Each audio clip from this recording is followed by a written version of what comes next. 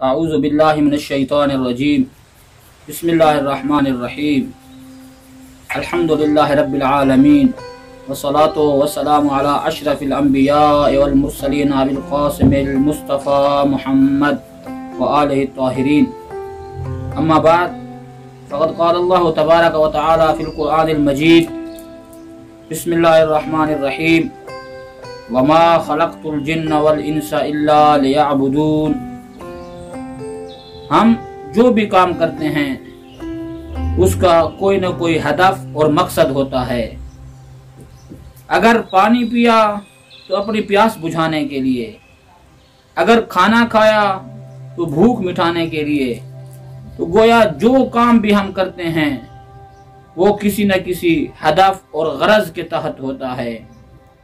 खुदावंद मुतआल की ज़ात के जो हकीम ज़ात है, जिसका हर काम हिकमत वाला होता है, आया वो कोई काम हदफ और मकसद के बगैर कर सकता है?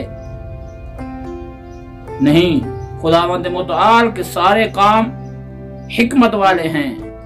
हर काम का, हर मखलूक का जिसे अल्लाह ने खल्क किया, उस खिलकत का हदफ जरूर होता है। तो आइए हम पूछते हैं कि बारे इलाहा हमें क्यों खल्क किया? हमारी खिलकत का हदफ क्या है? हमें क्यों इस जमीन पर भेजा? तो सूरह मुबारक ज़ारियात में अल्लाह अज़्ज़ा वजल फरमाता है, वमा खलक़तुल जिन्न वल इंसा इल्ला लियअबुदून, कि हमने जिन्नों और इंसानों को खल्क नहीं किया मगर सिर्फ और सिर्फ अपनी इबादत के लिए। तो गोया हमें अपनी खिलकत का हदफ और मकसद अल्लाह ताला ने कुरान मजीद में बयान फरमाया है कि हमने इबादत के लिए जिन्नों और इंसानों को खल्क किया है। अब देखना है इबादत क्या होती है, कैसे इबादत की जाए, किसकी इबादत की जाए, किस वक्त इबादत की जाए। ये मुतअद्दिद सवालात ज़हन में आते हैं। हमारा हर काम या आदत की बुनियाद पर होता है या फितरत की बुनियाद पर होता है। जो काम आदत की बुनियाद पर हो वो अहमियत का हामिल भी हो सकता है और बेअहमियत भी हो सकता है। मसलन सिगरेट पीने की आदत, ये बुरी आदत है।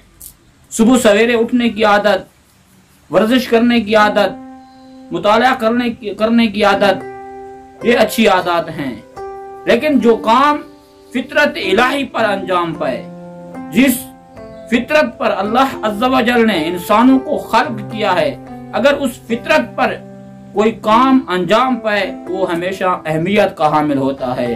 और इबादत एक फितरी अमल है, ये आदत नहीं है बल्कि फितरत है। इंसान की फितरत में इबादत पाया जाता है।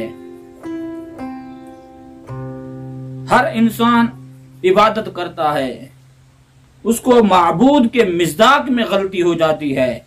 कभी बुत के आगे झुक रहा है तो कभी गाय की परस्तिश कर रहा है, कभी सूरज की पूजा कर रहा है तो कभी खालिक हकीकी और माबूद इलाही के आगे सरब सुजूद है। तो इंसान इबादत के बगैर नहीं रह सकता। अगर इंसान मारिफत इलाही के साथ कोई काम करे, इंसान खुदावंद मुतआल की मारिफत हासिल करके उसे वहदहु ला शरीक जानकर कोई काम करे, तो न सिर्फ रुकू सुजूद, न सिर्फ हज पर जाना, न सिर्फ रोजा रखना, बल्कि इंसान का उठना बैठना इबादत हो जाएगा। इंसान का चलना फिरना इबादत हो जाएगा। इंसान का बोलना जिक्र इलाही में शुमार होगा और इंसान का एक एक सांस लेना तस्बीह खुदा में शुमार होगा। इबादत जो हदफ है इंसान की खिलकत का, जो मकसद है इंसान की खिलकत का, और इबादत का दारोमदार इखलास पर है, खुलूस नीयत पर है। जितना खुलूस बढ़ता जाएगा उतना इबादत का मेयार बढ़ता जाएगा। अब मेरी इबादत और एक आलिम दीन की इबादत में बहुत बड़ा फर्क है। इसी तरह एक आलिम दीन की इबादत और एक मुज्तहिद और मरजा तकलीद की इबादत में बहुत बड़ा फर्क है। और मरजा तकलीद और वली फ़कीह की इबादत और इमाम मासूम और नबी खुदा की इबादत में ज़मीन और आसमान का फ़र्क है। क्योंकि जितना खुलूस बढ़ता जाएगा उतना इबादत का मेयार बढ़ता जाएगा।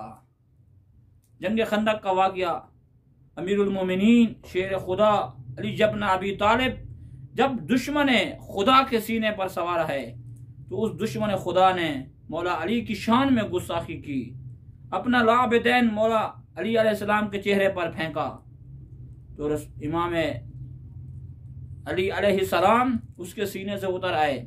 कुछ देर टहलते रहे, फिर जाकर उस दुश्मन खुदा को फिन्नार किया, वासिल जहन्नम किया।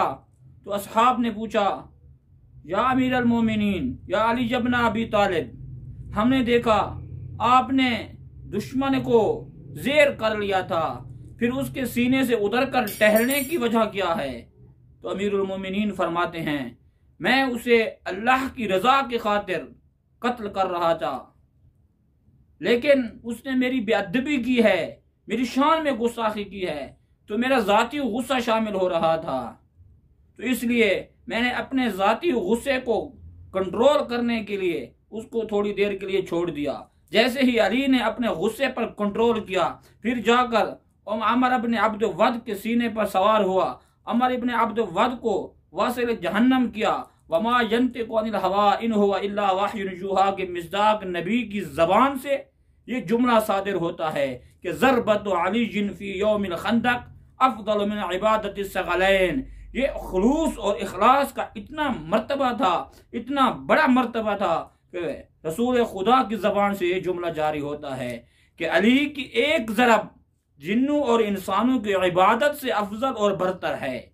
दुआ है खुदावंद मुतआल हमें हकीकी आब्द और हकीकी बंदा बनने की तौफीक अता फरमाए। वस्सलामु अलैकुम व रहमतुल्लाहि व बरकातुहू।